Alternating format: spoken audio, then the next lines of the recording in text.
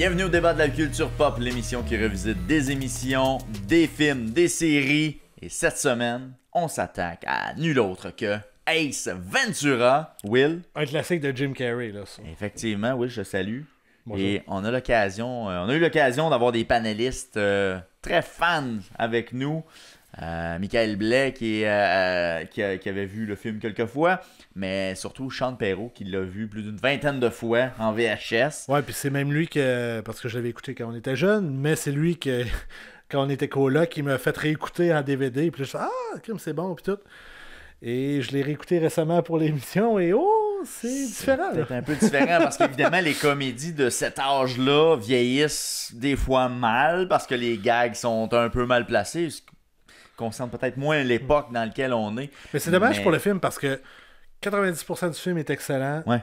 Ce petit 5%-là fait Ouais, ça accroche un petit peu. Ouais, Ça met un peu ça. de sable dans l'engrenage, mais la performance de Jim Carrey qui est omniprésente dans le film, il fait vraiment à lui seul le film au complet. Puis Là, avec raison, là, il vole le show. Il a le talent pour prendre tout l'espace qu'il lui a pris. Et puis, ben, c'est tout à son honneur, finalement, d'avoir C'est supporté quand même ce film-là. fascinant parce que, tu sais, Courtney Cox, c'est quand même une actrice reconnue. Bien sûr. Puis j'ai l'impression que n'importe qui elle aurait pu la jouer. Puis ça aurait Oh, fait- exactement. Ça aurait pu être ça aurait pu être n'importe qui. Pour vrai, là, je pense que ça n'aurait pas changé grand-chose au film. Parce que vraiment, Jim Carrey vole le show. Et c'est son premier film qu'il met en vedette. Donc, en plus de ça, et on aura l'occasion d'en discuter avec nos panélistes, justement. On a fait le tour du scénario au complet jusqu'à la fin. Donc, restez des notes pour pouvoir regarder ça. Et Will, ce podcast-là, on est à la fin de la saison, presque. On a plein de saisons, plein d'épisodes encore qui sont disponibles sur toutes nos plateformes. Oui, c'est ça. Ben, vous pouvez toutes les revisiter sur notre page Facebook. Pas page Facebook, page YouTube, que vous avez l'intégrale de toutes les émissions. Sinon, il y a une version de 28 minutes qui est faite pour la télévision des Bois-Francs à tvcbf.tv. Sinon, on met des extraits sur nos médias sociaux, fait que vous pouvez regarder qu'est-ce qu'on a fait cette saison et les saisons antérieures, soit sur Facebook, Twitter, Instagram et X Twitter. Et finalement, tout ce qui est podcast en audio, on est disponible soit sur Spotify, Apple Podcasts, Google Podcasts ou Balado Québec. Alors, on vous invite à rester des nôtres pour regarder cette émission sur Ace Ventura.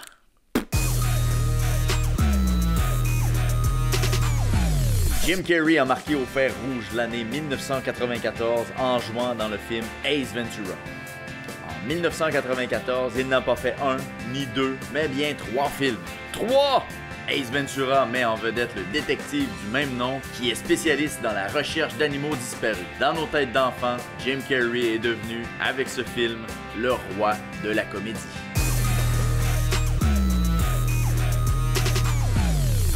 Alors, en 1994, messieurs, Tom Shedyac a eu la bonne idée de faire Ace Ventura. Tom Shedyac. Ben, c'est le même qui s'appelle. Oui. C'est ça? Mais il y a un beau nom, pareil. Ah ouais, non, mais c'est ça son nom quand même. Ça met en vedette Jim Carrey, puis on va en parler ce soir. Okay. Alors, vous avez vu ce film pour la combienième fois? Moi, j'aimerais savoir, toi, Sean, combien de fois t'as vu ça? Ace Ventura, le premier, évidemment. Je dois l'avoir vu une vingtaine de fois, certain. Puis est-ce que c'est au moment où ça a sorti, surtout? Ouais, surtout. Surtout quand ça a sorti, puis après ça a tombé un petit peu plus dans le... Après ça, c'était le 2. Après ça, ben le 2 est arrivé vite, fait que c'est sûr que ça a peut-être pas duré longtemps. Blais, toi? Moi, tout, je dois l'avoir écouté une dizaine de fois, puis surtout jeune. Mettons, je l'ai réécouté pour cause de l'émission là, puis ça devait faire au moins une vingtaine d'années. Ben, peut-être pas une vingtaine d'années, mais un bon bout de temps que je l'avais pas écouté. Là. OK, quand même. Will? C'est personnel. Ace Ventura. Non, pour vrai, je l'avais écouté, mais pas plus que ça. C'est quand j'ai été coloc avec lui, avec Charles, qu'il l'avait en DVD, qu'on l'avait écouté. Puis là, on a beaucoup ri à l'écouter. DVD? Oh, attends un peu, là, j'aime la parenthèse. Dans le DVD, est-ce qu'il y avait autre chose que le film où il y avait des extraits... des behind the scenes, y avait-tu des affaires intéressantes ou pas tant? Dans mémoire, c'est juste le film, mais écoute... C'est que le film, moi, parce que ça arrivait aussi à l'époque qu'ils mettaient pas de bonus. Les bloopers, à la limite. Ouais, c'est ça, mais à ton souvenir, il y avait rien d'autre que le film, là. Ace Ventura, le film de 94, donc vous l'avez vu la première fois, c'était VHS, vous l'avez pas vu en salle à ce moment-là. Non, trop jeune. Trop jeune. Ça doit être trop jeune, probablement. Pas sûr, pas prêt à dire ça. C'est pas dans mon souvenir, mais je suis pas prêt à dire que je l'ai pas vu en salle. Ok, peut-être. Parce que mon premier film en salle, c'était Home Alone, le premier. Ok, quand même. Non, le 2, excuse, le 2. Le Ben, 2. c'est À New York, 92, 13. Ouais, ça veut dire que ça aurait été possible pour moi de voir ça. Ouais, c'est ça. Fait que VHS, toi aussi, Blais. Ouais, sûrement, pas mal plus de chances que ce soit ça. Moi, je suis sûr à 98% que c'est lors de débrouillage de super écran qu'on a enregistré ça sur un Hey, VHS. ça, là, faut t'expliquer ça, là. C'est que, ben, ça fait encore d'ailleurs. Hein? Il y a des postes qui sont débrouillés, pas le super écran en tant que Ok, tel, ouais. mais genre pour une période de peut-être une semaine, il débrouillait tout le poste super écran. Puis là, évidemment, super écran, c'est des films qui sont en continu, non-stop. Fait que nous autres, qu'est-ce qu'on faisait? On mettait le VHS, on pesait sur record, puis dès qu'il était fini, on repartait un autre VHS. Fait que pendant une semaine, tu faisais juste enregistrer des cassettes, puis après ça, tu les écoutais. Ouais, c'est ça, t'accumulais des films, là. Ça, moi aussi, je me souviens de ça, là, qu'il y a des fins de semaine de débrouillage. Ah, c'est peut-être des fins de semaine. Puis il y avait le film The River avec Kevin Bacon. Ça vous dit quelque chose? Ben, ça me Ça dit vous quoi vite de même, mais... Ouais, on c'est dirait dans que- les années de... Pas mal ça, je te dirais, c'est dans ces années-là. Pas mal, moi j'ai pas pogné Ace Ventura à cette époque-là. Fait qu'on revient à Ace Ventura, qu'on a parlé zéro depuis le début.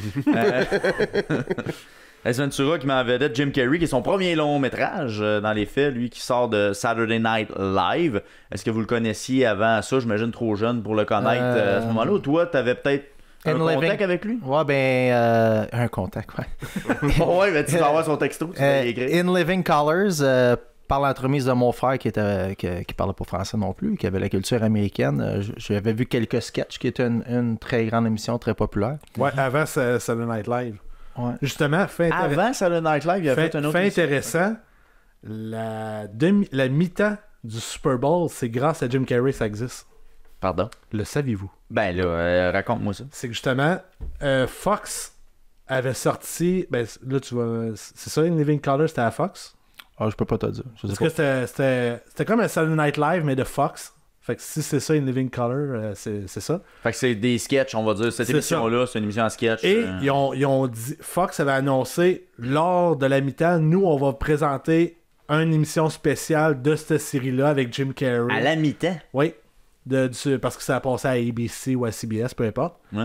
Et ça avait fait des codes d'écoute de la mort. OK. Fait que là, les autres chaînes ont fait, bon, OK, ben pour répondre, on va préparer un show de mi-temps pour que le monde reste, tu sais, pour que ça les intéresse. Puis l'année d'après, c'est ça, ils ont amené Michael Jackson et c'est là que ça a parti les shows de mi-temps. Non, ouais. Fait que c'est un peu grâce à Jim Carrey qu'il y a des shows de mi-temps. Merci, Jim. Un Canadien encore. Un Canadien. Mais c'est ça, on n'a pas parlé, mais Sean est un très grand fan de Jim Carrey à la base. Ben, on s'en allait là. Ok, vas-y. Fait que tu le connais justement de là, de par ton frère qui te montrait un peu ce qu'il faisait, ou en tout cas, tu as donné que tu regardais ça, ou pas pantoute. Ouais, c'était... Ben oui, c'est pas à cause de mon frère nécessairement, là, mais écoute, il y avait un autre film aussi qui faisait un vampire là-dedans. C'est Avant comme- Ace Ventura? Avant Ace Ventura. C'est un long métrage aussi. Ah, Ok. mais si tu regardes sa fiche, il en a fait pas mal. Ok, ben, faudrait que tu checkes. Oui, moi, j'avais l'impression qu'Ace Ventura, c'était Ben, son Ace Ventura, premier... c'est son premier hit. Ok. Il était humoriste dans ce temps-là. Tu sais. Oh, C'était oui. plus un stand-up comédien. Ouais. Mais ouais, je me souviens d'avoir vu là, un film qui faisait un petit vampire là-dedans. Moi, sinon, c'est vraiment Ace Ventura qui l'a mis sur la map là, au niveau commercial. Ça, c'est son premier grand Ouais. rôle Mais principal, mettons. Tout est arrivé dans la même année, en 94, hein? Ace Ventura, Le Masque, puis pas longtemps après, là, ça s'est Dumb and accumulé. En Dumber. 95, Ace Ventura 2, puis ça continue. Là. Ben, La Cloche et l'Idiot, c'est Dumb pas and 94 Dumber. aussi. Ouais, ouais. Il me semble qu'il en a fait 3 en plus, Ah, me semble, cette année-là. Ben, de 94 à Ah, 97, il y il a avait fait... Menteur et tout, ou c'est plus fin 90? Non, on a pas mal encore dans la même... Tu sais, c'est comme un par année, quasiment. Là. Ben, Tu l'as, de oui. 94 à 97, il a fait Ace Ventura, Le Masque, Dumb and Dumber, Ace Ventura en Afrique, Batman Forever, Ah oui, c'est vrai. disjoncté avec Ben Stiller. Disjoncté. Je sais pas c'est quoi. Menteur en 97. Ah, Disjoncté, c'est pas The Cable Guy? Ah oui, c'est Ah, vrai. ok, ouais. Ouais, c'est ça. Ok, Don't you want somebody to love? Ça jouait là-dedans. Mais il y a personne qui a vu ça, ce film-là. Non, c'est Le gars du étrange. corps. Moi, j'ai... Ben oui, c'était avec Moi, Ferris je l'ai Bueller. écouté. Moi, je l'ai écouté, le gars du corps. Ok. Mais moi, j'ai vu la pochette pendant des années au club vidéo, mais je l'ai jamais loué. Et le peu, c'est que j'ai revu ça part ça. J'ai vu ça à la télé il y a pas si longtemps. Ah ouais? Ouais, ouais. Il y a quelqu'un qui a encore les droits de ça?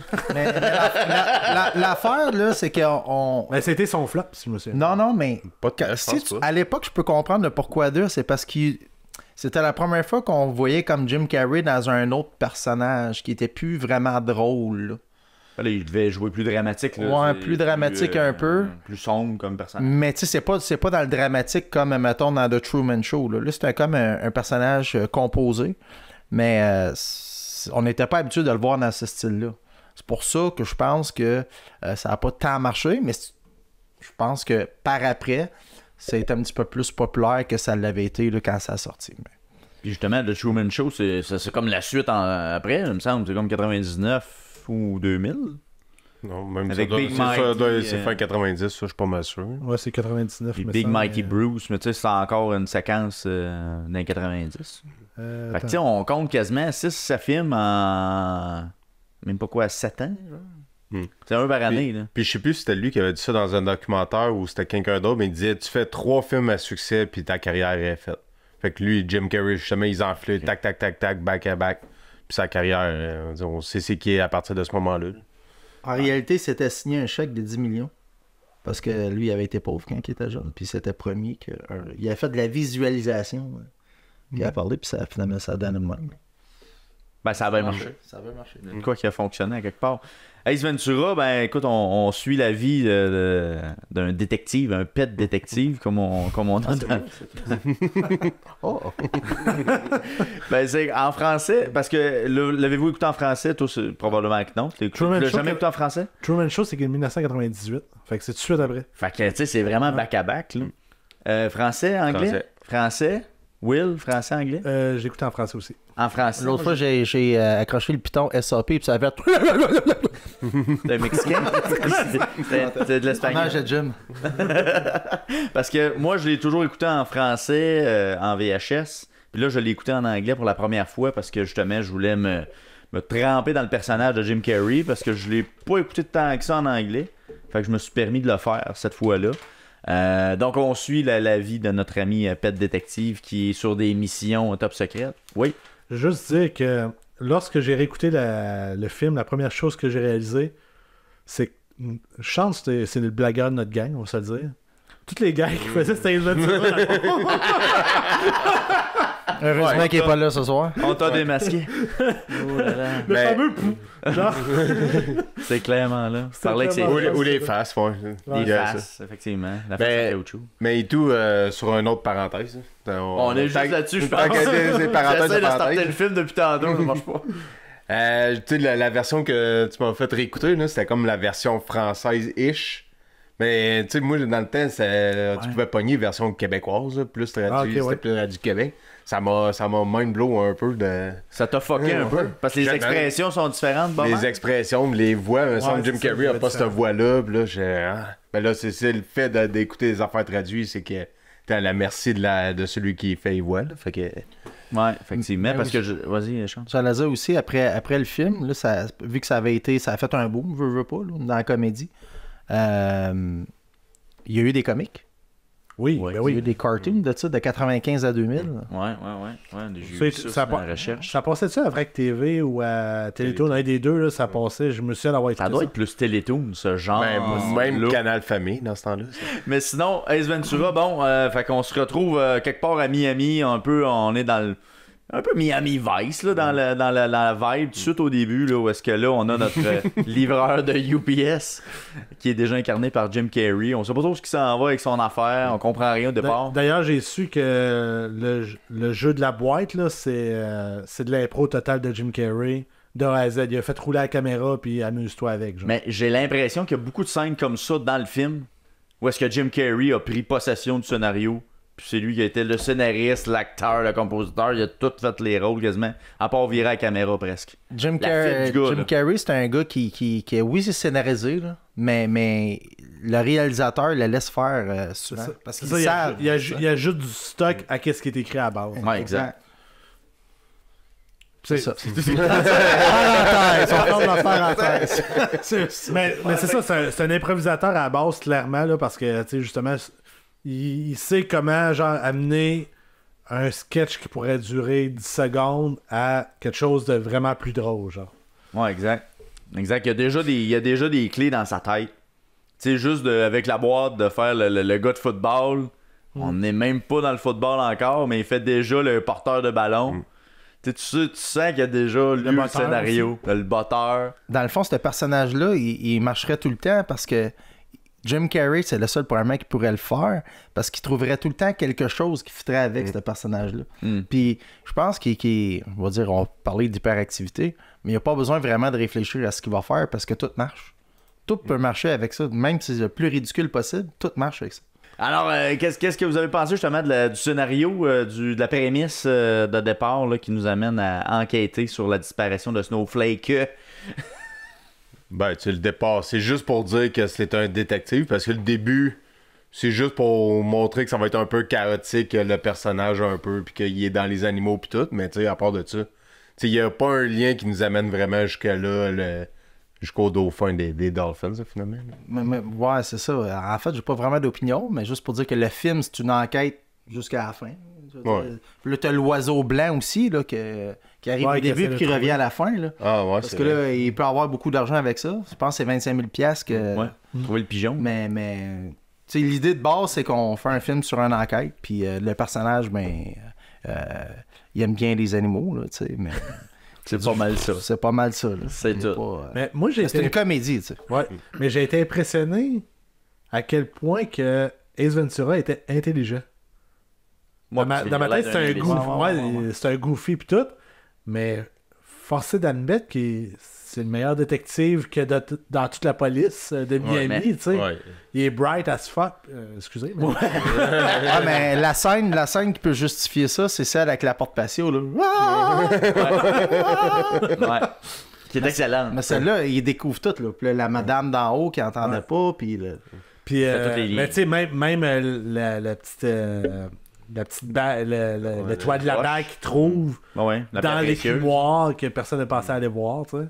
Ouais, d'ailleurs, la police fait vraiment très mal son travail. De façon générale, on peut penser qu'il couvre quelque chose, mais... Le pet détective, il y a pas mal plus de qualité pour... Mais en réalité, c'est sûr que c'est une enquête. Puis, le méchant, c'était la policière, là. Hey, spoiler! Fait que... ouais, c'est ça. Non, mais je veux dire, fait que ça virait autour de ça. Fait que il fallait finalement qu'il soit intelligent pour qu'il se rende compte à quelque part. Que la police soit calme. Exact. Est-ce que, selon vous, c'est un ancien policier, Ace Ventura? Comment il devient détective, selon vous? Parce qu'on n'en a aucune espèce d'idée. Là. Il est pet détective. Là, je sais pas comment le dire autrement que ça. Là. Non, détective animalier. Ouais, il reprend son talent de la nature dans le public, en voulant dire que tout l'humain est animal. Oh, je vois dans la... Ouais, c'est la belle philosophie. C'est pour ça qu'il couche avec Courtney Cox à un moment donné. Mais je pense que, justement, vu que c'est un extraverti, il s'entend mieux avec les animaux qu'avec les humains. Fait que c'est pour ça qu'il s'est basé là-dessus. Fait que je pense que ça a été une passion depuis son enfance. Ok, j'avoue. Fait que finalement, notre Ace Ventura, il complète son enquête et finit par retrouver que la lieutenant détective, c'est un homme. En fait, c'est Sean Young. Qui joue. Ben non, mais finalement, la lieutenant, c'est une fille tout le long. Découvre que c'est un homme finalement caché qui est Ray Finkel. D'où la réplique « She's a man! » She's a man. Puis là, tout le monde se met à dégobiller puis tout ça. Comment vous trouvez ça? Ouais, c'est ça. À la vue de cette scène, comment vous êtes-vous senti? Mais tu sais, quand il lève les bobettes, moi, quand j'étais jeune, on avait quoi, 7-8 ans quand ça a sorti, 7 ans? Moi, tout au passé, c'était du caca. Je comprenais pas. mais je comprenais pas l'espèce de joke de ça. Je suis dans le même club que toi, pour vrai. Moi, je pensais vraiment que les hémorroïdes étaient sortis, puis je comprenais pas pourquoi le monde trouvait ça dégueulasse. C'est vrai que c'est dégueulasse, ah ouais. Mais moi non plus, je comprenais pas. Ouais. Blé, genre, est-ce qu'on est tout seul? Ben là, non. Ben tu sais, ça a commencé un peu cet univers-là quand il était en chambre de bain, puis que comme fait le lien, c'était qui pour de vrai. Ouais. Puis là, il passe sur son nettoyage complet du corps. À pleurer dans la douche. À pleurer dans la douche tout nu, là, ça c'est quand même quelque chose. Mais comment vous trouvez ça, justement, l'anti-transgenre qui est devenu Jim Carrey à ce moment-là? Non, mais ça, je trouve ça stupide. C'est comme, hey, on n'a plus le droit de rien faire, là. Non, mais surtout dans ce temps-là, je veux dire, ça n'a pas rapport, c'est un film. Je veux dire, je pourrais prendre n'importe quel dossier puis trouver de quoi de pas correct là-dessus. Mais moi, j'ai trouvé une fille sur TikTok qui est transgenre, qui a analysé ça parce que justement, il y en a qui en parlaient. Puis il dit, écoute, il y a deux choses qui sauvent le film, mettons. Premièrement, c'est une comédie. Fait qu'il faut en rire. Mm-hmm. Deuxièmement, c'est en 95. Justement, les transgenres, à l'époque, c'était pas aussi connu que maintenant, mettons. Ouais. Fait que c'est normal que... Ben, pas normal, mais c'était de coutume à l'époque. Alors que, tu sais, à cette heure, c'est plus le cas, mais à l'époque, c'était ça. Non, mais moi, ce que tu c'est me dis... exagéré aussi. Là. Ouais, mais ça... Mais ce que tu me dis là que Jim Carrey, moi, j'ai jamais entendu parler de ça, là. Que tu me dis là, au niveau de la transphobie puis tout ça. T'as jamais entendu ça? J'ai jamais entendu ça, c'était la première fois. C'est récent, là. C'est Ouais, quand mais ça non, est mais sorti, c'est assez récent. Ouais, non, c'est ça. on va dire quand c'est sorti sur c'est Netflix, je pense. C'est-tu Netflix? Je me souviens Ouais, pas. je pense que c'est quand c'est tombé sur Netflix. Mais justement, on essaie de trouver, là, on peut prendre ce dossier-là, on peut en prendre d'autres, on essaie de trouver des problèmes où il n'y en a pas. Là. C'est-à-dire, on peut retourner dans les années 70 aussi, puis on va en trouver des problèmes là, sur n'importe quelle autre sphère de la société. Mais est-ce que juste les personnes gays des années 70, j'ai vu des films québécois des années 70, là. Ben non, la caricature homosexuelle est extrême. C'est très extrême. Parce que dans le fond, c'est comme le punch de la fin. Là. C'est vraiment là-dessus qu'on mise pour l'effet comique, parce que t'enlèves ça, est-ce que ça change le film? Bon, ça aurait Je pense que ça enlève un gag, mais tu sais, ça enlève-tu quelque chose au film de pas avoir cet élément-là? Ben, ça aurait pu être mieux fait, le punch final, là, pour ficeler tout ça. Ça aurait pu être mieux fait, mais tu sais, rendu là, faut s'en remettre dans le contexte début des années 90, quand même, le film. Là, fait que, Moi, je pensais que le punch final, c'était quand il frappait la mascotte. Se battre avec la mascotte, c'est quand même quelque chose. Est-ce que le film aurait le même classement aujourd'hui avec cet élément-là? Est-ce que tu as besoin d'être... Là, je sais pas, il était classé 13 ans et plus, je crois. Dans les faits, je pense que c'était 13 ans et plus.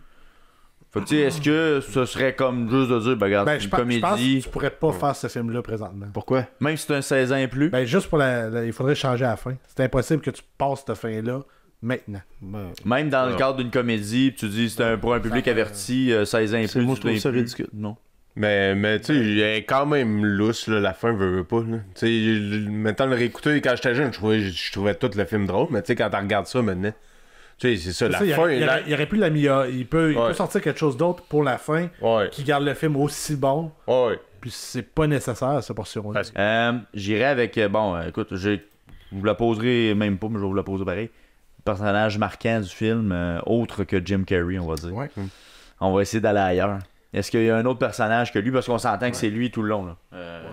Moi, un que j'aime bien, que je trouve drôle, puis on le voit pas longtemps, c'est le scientifique qui va voir avant le requin. Avec ses deux lunettes. Avec ses deux lunettes. Moi, ça, là, ce personnage-là, je l'adorais. Effectivement, c'est un bon pic. Moi, c'est Snowflake qui botte très bien le ballon. Will, toi? Personnage préféré, autre que Jim Carrey, évidemment.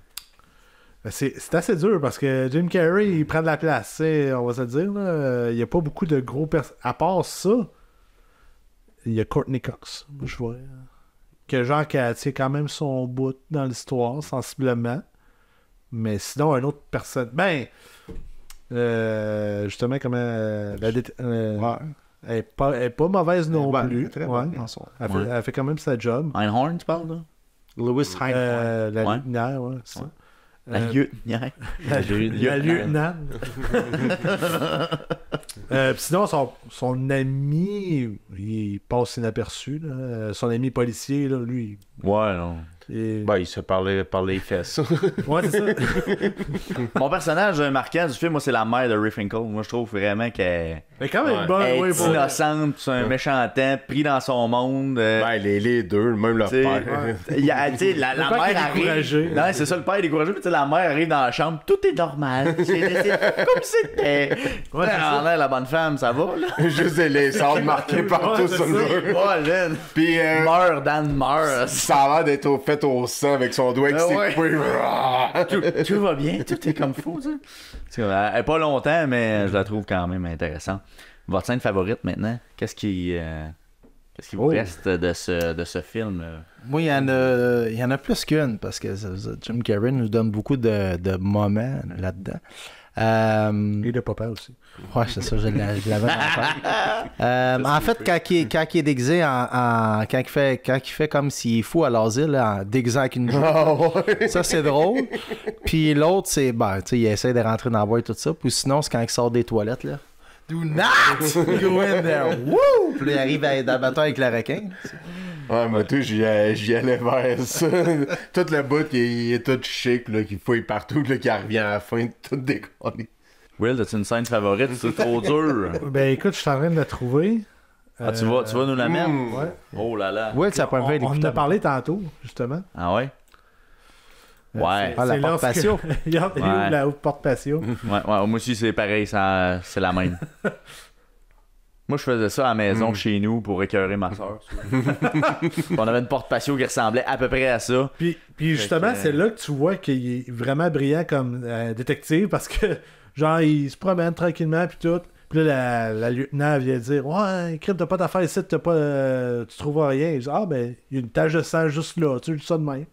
Puis là, tout le monde se rend compte. Puis, On n'a pas parlé non plus de la composition de son personnage, parce que moi, j'avais pogné une entrevue qui avait parlé à... Parce qu'avant qu'il devienne Ace Ventura, il a fallu qu'il y ait un processus de pensée. Il avait parlé à Anthony Hopkins qui faisait Hannibal Lecter. Ok, ouais. et t'as bon, Puis c'est pas la même chose. Anthony Non, mais- Hopkins, il avait dit: moi, mon personnage, je l'ai basé comme sur un alligator ou un crocodile. Je me souviens pas exactement. Tu sais. Un peu les propriétés de ça. Fait que Jim Carrey, il a réfléchi là-dessus, puis lui, finalement, il a choisi l'oiseau. Fait que c'est pour ça qu'il marche comme ça. Ok. Ouais, parce que ça vient de cette conversation-là qu'il y avait eu Ok, avec son style de Hannibal Lecter. Ah, Ok. ouais. Ben, c'est intéressant, par exemple, de dire comment il a intégré le personnage avec la gestuelle d'un animal. Puis là, c'est vrai, tu le dis, puis je le vois. Effectivement. C'est vrai que ça ressemble à une colombe ou un pigeon, Ouais, n'importe quoi. c'est ça. Là.